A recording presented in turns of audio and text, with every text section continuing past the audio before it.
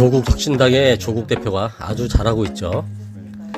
조국 때문에 아무래도 국힘의 비대위원장 한동훈은 간담이 서늘해질 것 같습니다. 안녕하십니까, 정치와 사람입니다. 조국의 말과 행보가 언론에 자주 노출이 되고 있습니다. 매우 바람직한 현상이라고 생각됩니다. 조국이 등장이 되니까 뭔가 분위기가 좀 다릅니다. 전체적인 선거판의 분위기도 많이 달라지죠. 활력도 생기고 뭔가 긴장감도 더 흐르고, 다른 분들은 어떻게 느껴질런지 모르겠지만은 아무튼 민주진영에 있어서 조국 대표가 등장이 되니까 굉장히 좀 든든하다는 생각이 듭니다. 조국의 등장으로 한동훈이나 윤석열이나 저쪽은 매우 당황하고 긴장하는 모습이 역력합니다. 조국이 상상외로 굉장히 아주 역동적이고 매우 전투력이 강한 모습을 보여주고 있습니다. 조국 대표를 보면은 그 전현희 전 인권위원장인가요? 네, 그분 생각이 나는데요. 두 사람의 공통점은 그냥 이렇게 볼 때는 굉장히 좀 이렇게 유순하고 좀 순해 빠지고 좀 점잖고 착하고 좀 이런 이미지였는데, 지금과 같이 좀 급박한 상황에서 두 사람의 등장과 어떤 그런 행보는 정말 생각했던 거와는 완전히 다릅니다. 사람들이 뭐 그냥 순해서 그냥 잡아먹힐 것 같은 좀 그런 분위기였는 것 같은데, 이 사람들 전투력이 장난이 아니에요. 조국 이 사람이 어떤 사람입니까? 문재인 정부 시절에 법무부 장관으로 발탁이 돼가지고 검찰 개혁을 하겠다라고 했다가 아주 가족이 완전히 멸문지화를 당했죠. 너무 처참하게 당한 거죠. 조국이 검찰 개혁을 하겠다라고 하지 않았으면은 절대로 일어나지 않을 일이 벌어진 거였습니다.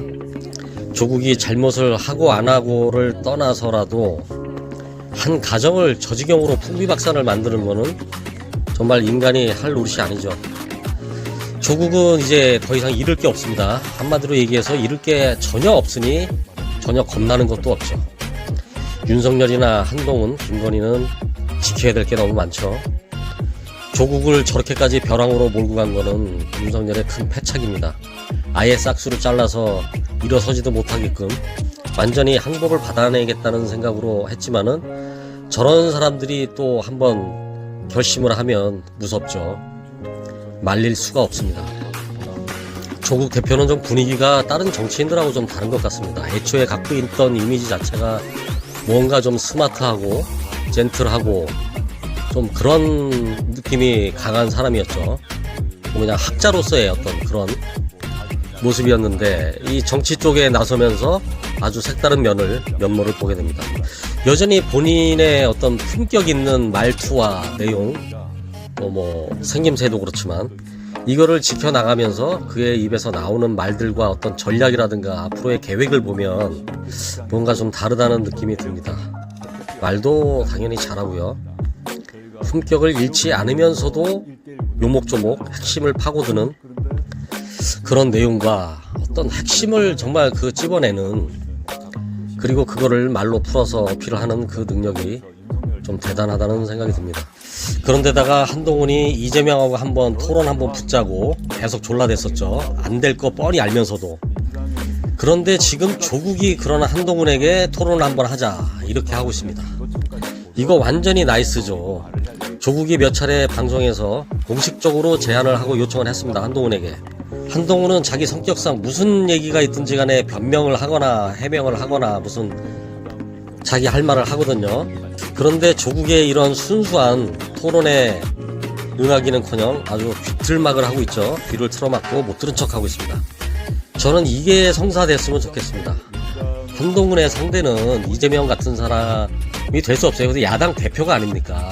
격이 안 맞죠. 어떻게 국힘의 비대위원장이 이재명 대표하고 토론을 해요.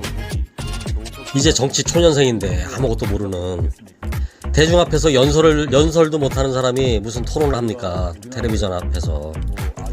그러니까 기꺼이 조국이 상대를 해주겠다는 거 아닙니까? 엄청난 배려죠. 제가 볼 때는 한동훈이 이에 응해야 된다고 생각이 됩니다. 그래서 보기 좋게 조국 대표를 찍어 누르든가, 토론으로서. 그러고 나면은 이제 길이 열릴지도 모르겠죠. 이재명하고 붙을 수 있는. 조국 대표는 선거 끝날 때까지 계속해서 한번 이 한동훈에게 노크를 해야 된다고 봅니다. 전략적으로도 말이죠. 한동훈이 쫄보라서 자기가 곤란한 상황이 되면 남을 내세우거나 사실 꼬리를 내리고 도망가거든요. 그 모습을 적나라하게 보여줄 필요가 있습니다. 실제로는 연설하거나 토론할 능력도 없는, 콘텐츠도 없고 알지도 못하고 남을 비판하고 남을 잡는 일에만 능숙한 검사 출신이 저렇게 나대면서 대선 행보를 하고 있는 거 참 그거 안 좋게 보고 있는 사람들 대단히 많습니다. 본인만 모르죠. 조국이 한동훈을 비롯한 국힘당에게 부산 사투리로 그렇게 말했죠. 너희들 쫄았지. 기가 막힌 말 아닙니까? 요런 공략 포인트 아주 좋거든요.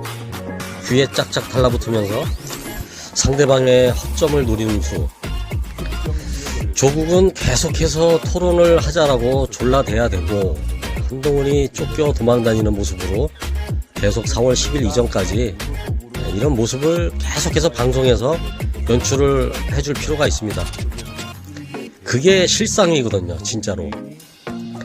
어차피 한동훈이 감히 대항하지 못하거든요, 조국에게.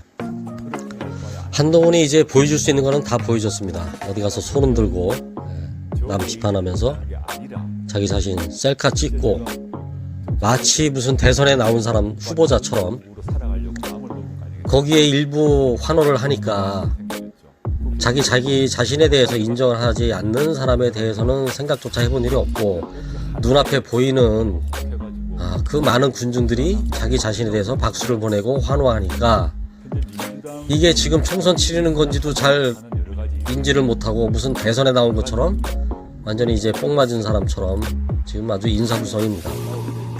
그런데 거기까지 그 이상을 보여주지 못하죠. 아직도 제법 남았습니다. 선거일이. 여기서 더 이상 그가 보여줄 게 없죠. 무슨 정책을 보여줍니까? 무슨 미래 비전을 보여줍니까? 국민의 민생에 대해서 얘기를 합니까? 이건 어차피 다 물 건너간 거예요. 그동안에 계속해서 야당에 대해서 깨고 이재명에 대해서 비판하고 그걸로다가 이끌고 나왔는데 그걸 총선 전까지 계속 할 수 있겠습니까? 그걸로만. 이제 한동훈이 입 열면 피곤합니다. 무슨 이야기를 할지 다 뻔히 보이고요. 해봐야 맨날 거기서 거기인 이야기를 합니다. 앞으로도 이 조국의 활약과 선거 결과가 참 많이 기다려지네요. 정치와 사람이었습니다.